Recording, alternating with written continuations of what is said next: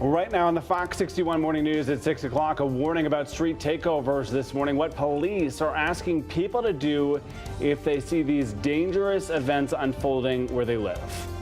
And how the recent debt deal in Washington could impact student loan borrowers. And we'll share how you can honor the service and sacrifice of our nation's fallen heroes. Those stories and more right now on your news at 6. All local, all morning. This is Fox 61, Connecticut's news station. First at 6, we have beautiful weather on tap for your Memorial Day.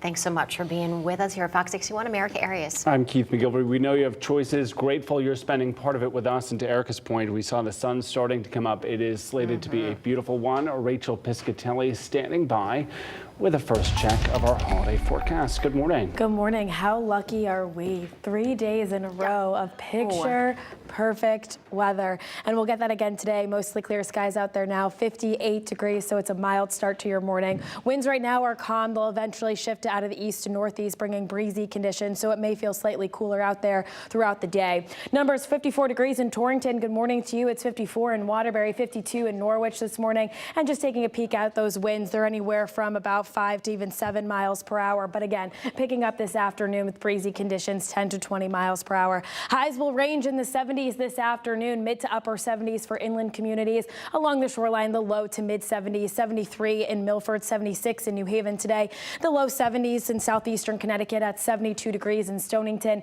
and towards Hartford and Avon about 77 degrees, 78 expected towards New Britain. Again, with breezy conditions. Over the course of the next couple of days, we are bringing a warming trend on the way. We'll talk about the near record-breaking warmth that could close out the work week coming up in just a bit. All right, let's get a check on those roads. Lauren, bet you it's quiet out there. Very quiet out there. Good morning to you, Rach. Good morning, everyone. My Memorial Day gift to you all as of right now. Quiet roadways. Things are looking really good out there. Let's bring you into the Hartford area right now. 91, 84, Route 2, all moving smooth in and out of the capital city. If you're coming from East Hartford, heading over the Bulkley Bridge on I-84 westbound, things are looking great there as well. Moving down into the New Haven area, 91 over to I-95, still looking great. Very light volume, not a whole lot of people out on the roadways going to work this morning. So as you head down into Fairfield County, you can see traffic still moving just fine at this point on 95 southbound. Typically around 6 a.m. we see some heavier volume. That is not the case today. Now do expect, if you are heading down to the shoreline, maybe down to New Haven, down 91 or even down Route 9, expect the later morning hours to be a little bit busy because it is going to be a gorgeous day out there. We'll check in again on the roads coming up at 6:30. For now, Keith and Eric, I'll say good morning to both of you. Lauren, good morning and thanks so much. Connecticut State Police are sending a warning to the public as street takeovers continue to happen all across our state. Yeah, and they tell us there were more over the weekend. Fox 61's Brooke Griffin live at State Police headquarters with the message this morning. Brooke, good morning. Well, good morning to you both. Connecticut State Police say that these takeovers just keep happening, and with each dangerous takeover, they say it's getting more intense. Now they're telling the public, if you happen to come across one of these, just stay away. That's their biggest message to everyone today. State police say that these takeovers consist of up to 500 people gathering in one place, such as a parking lot or a roadway, to do burnouts, stunts, blast loud music, drag race, and even in some cases harass innocent bystanders. These hostile groups have been popping up in Waterbury, Tolland, Hartford, and in Meriden, where in that scene, a police officer's car was damaged and his life was put in danger. Over the weekend, takeovers were reported in the Hartford Tunnel on 84 West, a separate one in East Windsor, and another one in Bethany. State police confirming criminal mischief happening at all three. In a press conference last week, the police had a warning for anyone who finds themselves near these groups. We want the public to know that if they come across this, to not approach them. We will see it definitely in the video. They're violent. These are volatile situations. To either wait for them to leave because they're only there for 10, 15, 20 minutes, or find an alternate route. Do not approach them.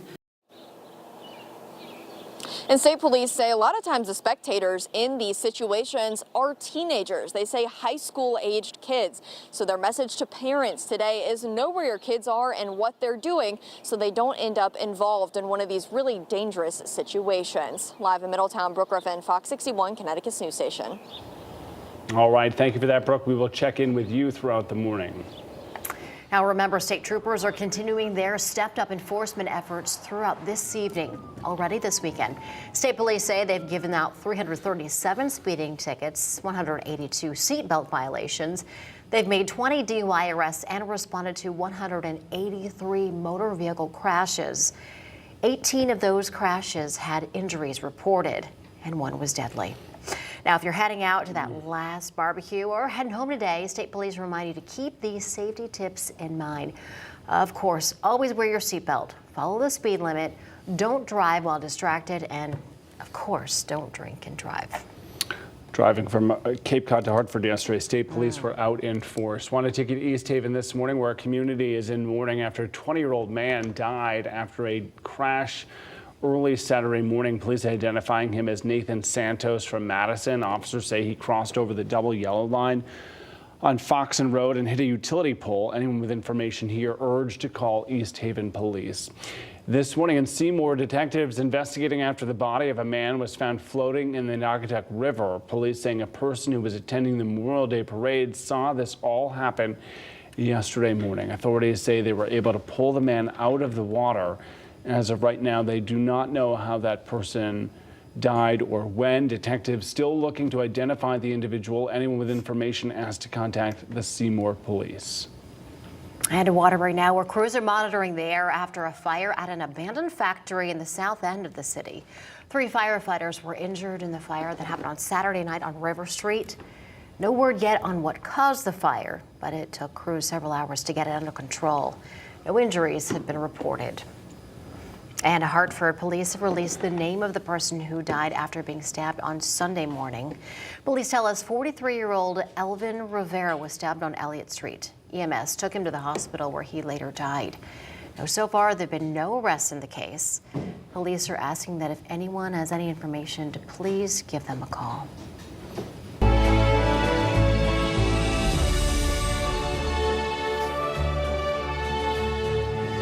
Well, this Memorial Day, events are taking place all across Connecticut to honor the service and sacrifice of our fallen heroes. Turning out to be a beautiful day for that. One of those events happening this afternoon in the state's Veterans Cemetery. Of course, that is in Middletown. Fox 61's Angela Bavaro in studio this morning with more on how people are honoring local heroes. Angela, good morning. Keith, Erica, good morning. That Memorial Day ceremony, that is planned for 2 p.m. at that cemetery on Bow Lane. Now, that site, home to generations of stories and service, that is the largest state-operated veteran cemetery in the state. Over the weekend, take a look at this.